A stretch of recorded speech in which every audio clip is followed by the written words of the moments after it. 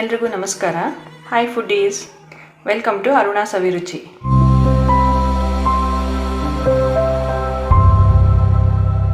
ಇವತ್ತು ನಾನು ಸಿಂಪಲ್ ಆಗಿ ಒಂದು ರಾಗಿ ಗಂಜಿನ ಮಾಡೋದನ್ನು ತೋರಿಸ್ಕೊಡ್ತಾ ಇದ್ದೀನಿ.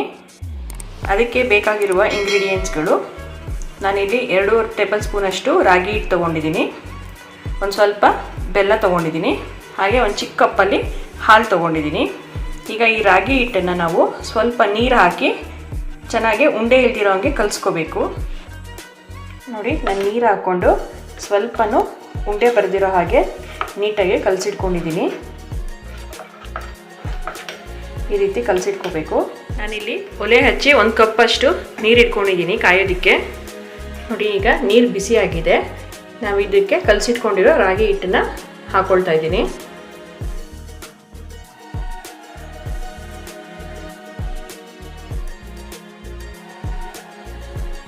ನೋಡಿ, ಇವಾಗ ಇದು ಕುದೀತಾ ಇದೆ. ಇದಕ್ಕೆ ಈಗ ನಾನು ಹಾಲು ಮಿಕ್ಸ್ ಮಾಡ್ತಾ ಇದ್ದೀನಿ. ಹಾಲು ಮಿಕ್ಸ್ ಮಾಡಿಕೊಂಡು ಹಿಂಗೆ ಕೈ ಆಡಿಸ್ತಾ ಇರಬೇಕು, ಇಲ್ಲಾಂದರೆ ಅಡಿ ಹಿಡಿದ್ಬಿಡುತ್ತೆ.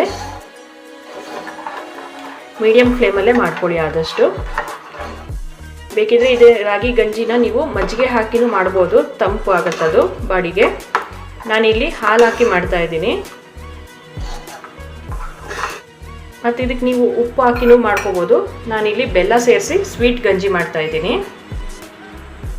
ಈಗ ನಾನು ಬೆಲ್ಲನೂ ಇದಕ್ಕೆ ಹಾಕ್ಕೊಳ್ತಾ ಇದ್ದೀನಿ. ಒಂದು 5 ರಿಂದ 10 ನಿಮಿಷ ಕ್ಲೀನಾಗಿ ಹಿಂಗೆ ತಿರುಗಿಸ್ತಾ ಇರಬೇಕು ಸ್ಪೂನಲ್ಲಿ ಆವಾಗವಾಗ. ನೋಡಿ, ಥಿಕ್ನೆಸ್ ಬರುತ್ತೆ, ಅದು ಸ್ವಲ್ಪ ಇನ್ನೂ ಗಟ್ಟಿ ಆಗುತ್ತೆ. ನೀವು ಬೇಕಿದ್ರೆ ಗಟ್ಟಿ ಬೇಡ ಅನ್ನೋದಾದರೆ ಇನ್ನೂ ಒಂಚೂರು ವಾಟ್ರ್ ಆ್ಯಡ್ ಮಾಡ್ಕೊಳ್ಳಿ. ನೋಡಿ, ಇದು ಕುದೀತಾ ಗಟ್ಟಿ ಆಗುತ್ತೆ. ನಾನು ಈ ಹದದಲ್ಲಿ ಮಾಡ್ಕೊಂಡಿದ್ದೀನಿ. ನೀವು ಬೇಕಾದರೆ ಇನ್ನೂ ಒಂಚೂರು ನೀರು ಮಾಡ್ಕೋಬೋದು. ಈ ಥರ ಗಟ್ಟಿ ಥರ ಸರಿ ಥರ ಮಾಡ್ಕೊಂಡು ತಿನ್ಬೋದು. ಮಜ್ಜಿಗೆ ಹಾಕ್ಕೊಡೋರಾದರೆ ಸ್ವಲ್ಪ ನೀರಾಗಿ ಮಾಡ್ಕೊಳ್ಳಿ.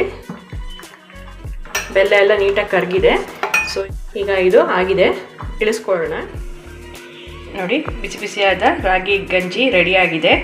ಇದು ನಾನು ಸ್ವಲ್ಪ ತಣ್ಣಗಾದ್ಮೇಲೆ ಗ್ಲಾಸ್ಗೆ ಹಾಕಿದ್ದೀನಿ. ಇದನ್ನು ಜಿಮ್ಗೆ ಹೋಗೋರು ಮತ್ತು ಡಯಟ್ ಮಾಡೋರು ವಾರಕ್ಕೆ 3 ಸರಿ ಕುಡಿಯೋದ್ರಿಂದ ತುಂಬ ಯೂಸ್ಫುಲ್ ಆಗುತ್ತೆ. ಅವ್ರಿಗೆ ಐರನ್ ಕಂಟೆಂಟ್ ಜಾಸ್ತಿ ಇರೋದ್ರಿಂದ ತುಂಬ ಯೂಸ್ಫುಲ್ ಆಗುತ್ತೆ. ಮಕ್ಕಳಂತೂ ತುಂಬ ಇಷ್ಟಪಡ್ತಾರೆ. ಒಂದ್ಸರಿ ನೀವು ಟ್ರೈ ಮಾಡಿ. ದಯವಿಟ್ಟು ಸಬ್ಸ್ಕ್ರೈಬ್ ಮಾಡಿ, ಪಕ್ಕದಲ್ಲೇ ಇರುವ ಬೆಲ್ ಐಕಾನ್ ಕ್ಲಿಕ್ ಮಾಡಿ, ಲೈಕ್ ಮಾಡಿ, ಶೇರ್ ಮಾಡಿ. ನಿಮ್ಮ ಅಭಿಪ್ರಾಯವನ್ನು ಕಮೆಂಟ್ ಮೂಲಕ ತಿಳಿಸಿ.